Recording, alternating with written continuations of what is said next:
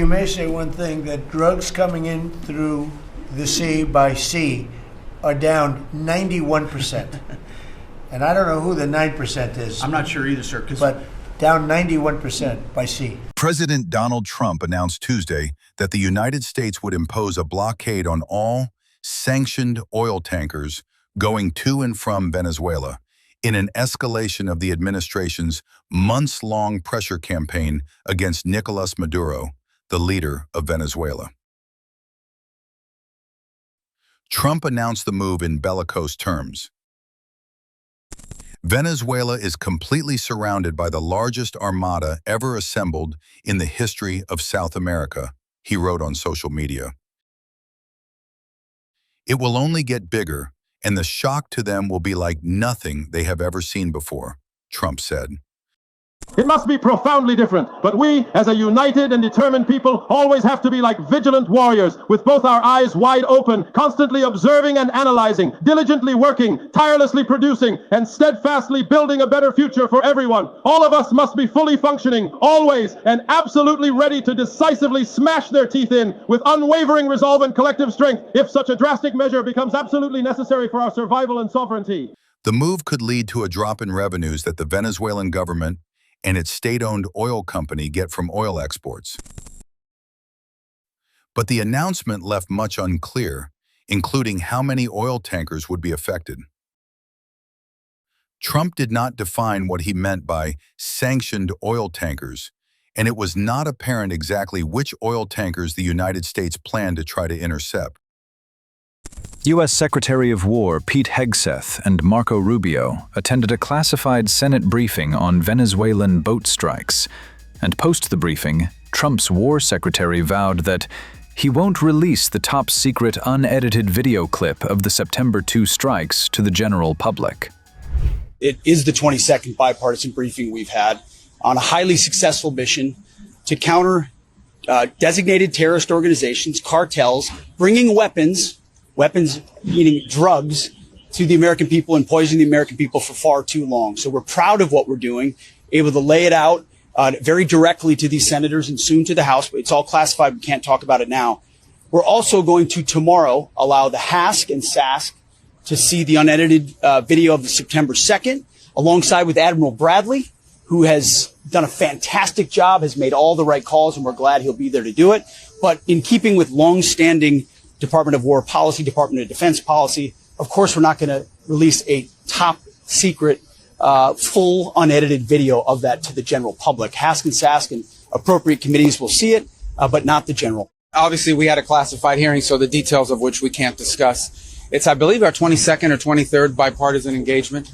We'll continue to engage with Congress on this. We're headed to the House now to do a similar briefing and provide updates on this counter-drug mission, which is focused on dismantling the infrastructure of these terrorist organizations that are operating in our hemisphere, undermining the security of Americans, killing Americans, poisoning Americans. And this has been a highly successful mission that's ongoing and continued, and we're pleased to be here today to update Congress on how that's developing and how that's moving forward. As I said, I believe it's our 22nd, 23rd such engagement, certainly been at least the 4th or 5th that I've been involved in, and those will remain and be ongoing. Let's talk about the whole picture here as a whole. Guys, I'm losing patience on the whole thing because I think it's ridiculous that we're having this conversation, because underneath Obama, he had 500 strikes, 3,700 different individuals were killed.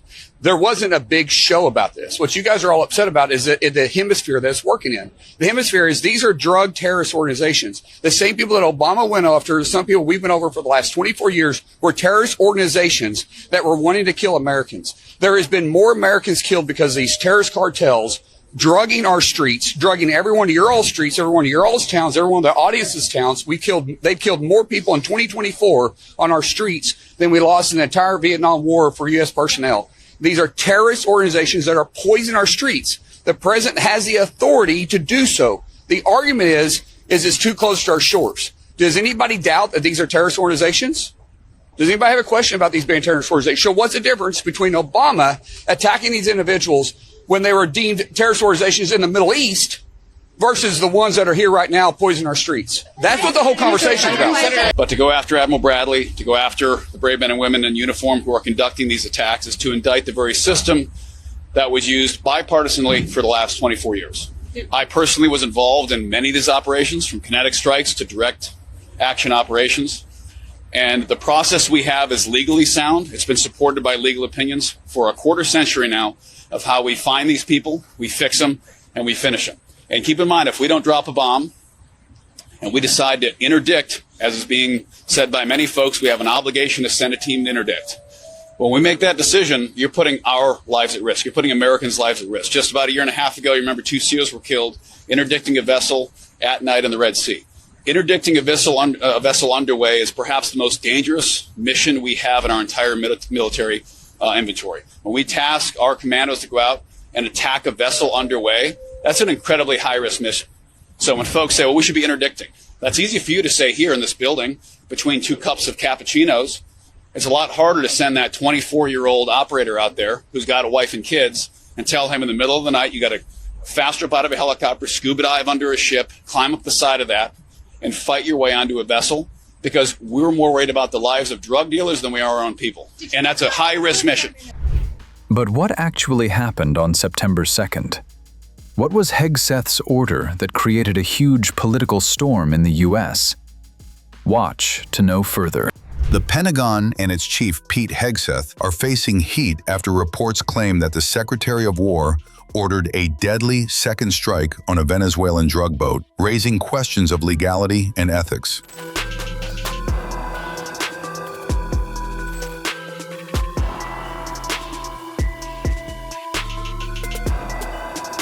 The Pentagon is facing growing scrutiny after a report by the Washington Post alleged that Pete Hegseth ordered a deadly strike on a boat, explicitly instructing forces to kill everyone aboard. According to the report, this directive led to a second strike on September 2nd, targeting the damaged hull of the vessel, killing 2 individuals who had survived the first attack. The follow-up strike reportedly aimed to eliminate survivors rather than detain them. These revelations have raised serious legal and ethical concerns over the conduct of U.S. forces. U.S. surveillance tracked a boat carrying 11 suspected drug traffickers, prompting Secretary of War Pete Hegseth to reportedly give a spoken order, kill everybody. A missile struck the vessel off Trinidad, setting it ablaze, but 2 survivors were seen clinging to the wreck. The Special Operations Commander then carried out a second strike, killing the 2 men in the water. Hegseth dismissed the report as fabricated, inflammatory, and derogatory, and called out the fake news Washington Post. Defending the strikes as meant to be lethal and kinetic, the Secretary of War said that the intention is to stop drug traffickers from entering the U.S. He further defended the operations in the Caribbean as lawful and under international law, and vowed that he would always have the soldiers back. But amid the dismissal of the Washington Post report, Hegseth's cryptic one-liner post grabbed more eyeballs than the long clarification. In a different post from his personal account on X, Hegseth penned, "We have only just begun to kill narco-terrorists," a chilling one-liner enough to cast doubt on his long clarification and confirm his "kill everybody" order.